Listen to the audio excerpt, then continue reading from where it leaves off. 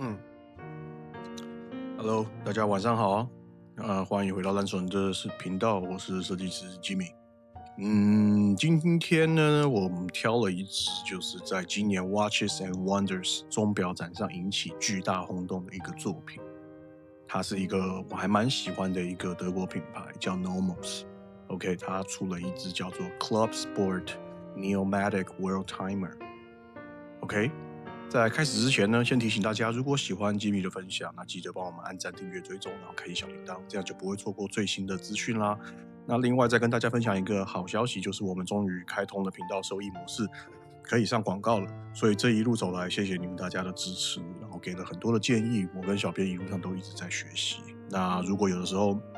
在影片里面跳出来广告，帮吉米多看10秒钟，你们一个无心的小动作就可以给吉米跟小编很大的鼓励，非常谢谢大家的支持。OK， 谢谢。OK， 今天这一支 Nomos 的 Club Sport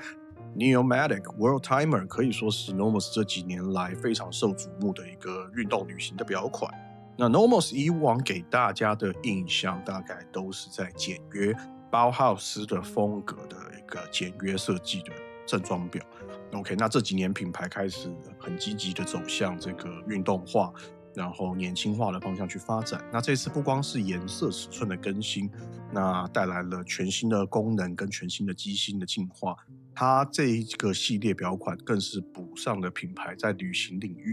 域的这个缺口。那媒体一致看到这只表之后给的评价就是最亲民价位、最亮眼的世界时腕表。那接下来吉米就一步一步拆解这一支 Nomos 的新杰作，从发表的时间脉络、设计亮点以及它的机芯构造，到这个市场的价格以及适合的人群，给大家一个我的想法，看看这只表是不是值得被你们列入一个新的清单里面。OK，Nomos Club Sport Neomatic World Timer 的诞生要从品牌发展起开始说。Nomos 是自1990年成立到现在，那他们其中其实一直秉持的是包浩斯的极简风设计哲学，就是功能大于形式，机能大于造型。OK， 如果形无法随机能而生，那这个形它就不是一个被需要的东西。OK， 那在这之前呢，其实 Nomos 已经有一只世界时区的腕表，那就是一只叫做 Zurich 的一个世界时区腕表，但是它的风格比较严谨，比较正装，价格也在品牌里面算是比较高的。那14年过去了，市场对于旅行腕表的需求也越来越大，尤其是这一种多方面兼顾的休闲运动旅行功能。于是呢 Nomos 在这个2025年的日内瓦的表展呢，正式发表了这一支 Neomatic World Timer。那这只表的定位也非常的清楚，它是隶属于 Club Sport 下面的。这个系列最初是2021年推出的 42mm 的日期款，那强调是比 Club Campus 更进阶、更精致、更为运动。之后陆续拓展到了 34mm、37mm、39mm。这一次的 World Timer 刚好填补了整个系列的空缺，他们采用了 40mm。Nomos 的策略其实非常的聪明，它不是单纯的缩小或放大整个表壳，而是搭配了全新开发的 Neomatic DUW 3202的机芯，把世界时区的复杂功能带进了这个系列。那更厉害的是呢，它在这个定价是控制在美金大约$4700左右。我觉得有在注意手表市场的应该要知道，$5000这个价位要买到世界时区100米防水，然后同时它的功能又很完整，然后又有一定的品牌，其实真的是凤毛麟角。基本上一个世界时区的功能你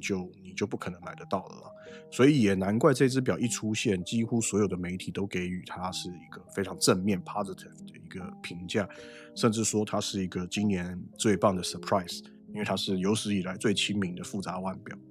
OK， 那在设计的外观上面，这个 Club Sport 的 Neomatic World Timer 呢，保留了系列一贯的圆润的表壳的线条，那尺寸设定在 40mm， 一个大家都可以驾驭的黄金尺寸，但它的厚度 OK， 它只有 9.9mm， 那表耳到表耳是 48mm， 那这个比例非常的均衡，即便是手腕偏细的人，也可以因为它控制良好的厚度比例，佩戴的非常舒适。表壳采用的是全面抛光，当然我有去看一下，有一些评论是希望说是抛光带拉丝的这种层次堆叠来做处理，让它的整个运动感变得更好一点点。可是我觉得这个对我来讲似乎也不是太大的问题。应该说我觉得 Nomos 这个品牌一直给人一种非常稳定的很斯文的一个印象。那现在其实他去做这样子的一个旅行休闲表，已经我觉得是 Nomos 很大的一个进步了。OK， 那至于是不是法斯文或者是不是雾面或抛光，我觉得其实这个都不是重点。OK， 我觉得表盘才是这一次最大的亮点。常规版有2种的选择，银色的放射纹，那是上面是搭配了红蓝 Pepsi 的日夜盘，跟另外一款常规款是蓝色的放射纹，那搭配的是双色的蓝日夜盘。那除此之外 Nomos 还推出了6个限量版，每一个限量版就只有175枚，分别是 Volcano 的灰、Jungle 的绿、Cayenne 的酒红色、Glacier 的粉蓝色、Magma 的红色，还有 Doom 的黄色。那这些版本的配色呢，非常的大胆，非常的有冒险的气息，完全展现 Nomos 在玩色彩，然后并且追随时下流行审美观的这个敏感度。OK， 那它在颜色的挑选上面也都是非常的到位置，我觉得非常的好看。那功能显示方面呢，表盘中央为10分针，那6点钟是小秒针，那3点钟是家乡你所设定的24小时的日夜盘，外圈则是所有城市的城市环，那透过2点钟的这个按钮来做切换，那时针也会同步跳1个小时，非常的直觉的一个设计。Nomos 甚至在8点钟的侧边设置了一个隐藏的按钮，用来校正家乡的时间。这样的设计可以让跨区的旅行更为便利，不必像传统世界时区那样子慢慢去转动表冠，慢慢的调。那唯一的小小的缺点就是蓝盘款的小秒针的指针采用的是镀铬，那有一些媒体在看过这个表之后，觉得它在低光下，就光源比较不好的情况下，容易跟这个面盘会有视觉上的混淆，会影响到一点点可读性。不过银盘或限量版在对比度上就没有这些问题。整体而言这只表的设计语言依然是很简洁，但是它兼具了复杂功能跟旅行的实用性。OK，Neomatic World Timer 其实它最大的突破是它搭载了全新的这一颗 DUW 的3202的机芯。那这一枚机芯完全是由 Nomos 自己自制的 Neomatic 机芯，直径是 31mm， 厚度只有 4.8mm， 比他们之前旧的那一颗世界时区 Zurich 的那一颗 DU5201 薄了将近 1mm， 这也使整个表可以控制在1公分以内。那它的规格包含了37颗的轴承宝石，21600次每小时的振频，42小时的动力储存。那采用 Nomos 自家的这个Swim System 的蓝色游丝，那配有全新的平衡桥的设计，它整个稳定性比传统单支的摆轮会来得更好。自动头则是双向上链，所以它上链的效率也会变得比较好，并且刻有金色的地球装饰，点缀出这个手表代表了世界时区的旅行的意象。那机芯装饰方面呢，延续 Nomos 一贯的苏格拉底的这个特色，有3/4甲板，然后蓝钢螺丝、日内瓦波纹、圆形的打磨，那透过蓝宝石的底盖，这一切都可以一览无遗，非常的精彩。那这枚机芯的设计理念就是要把复杂世界时区的模组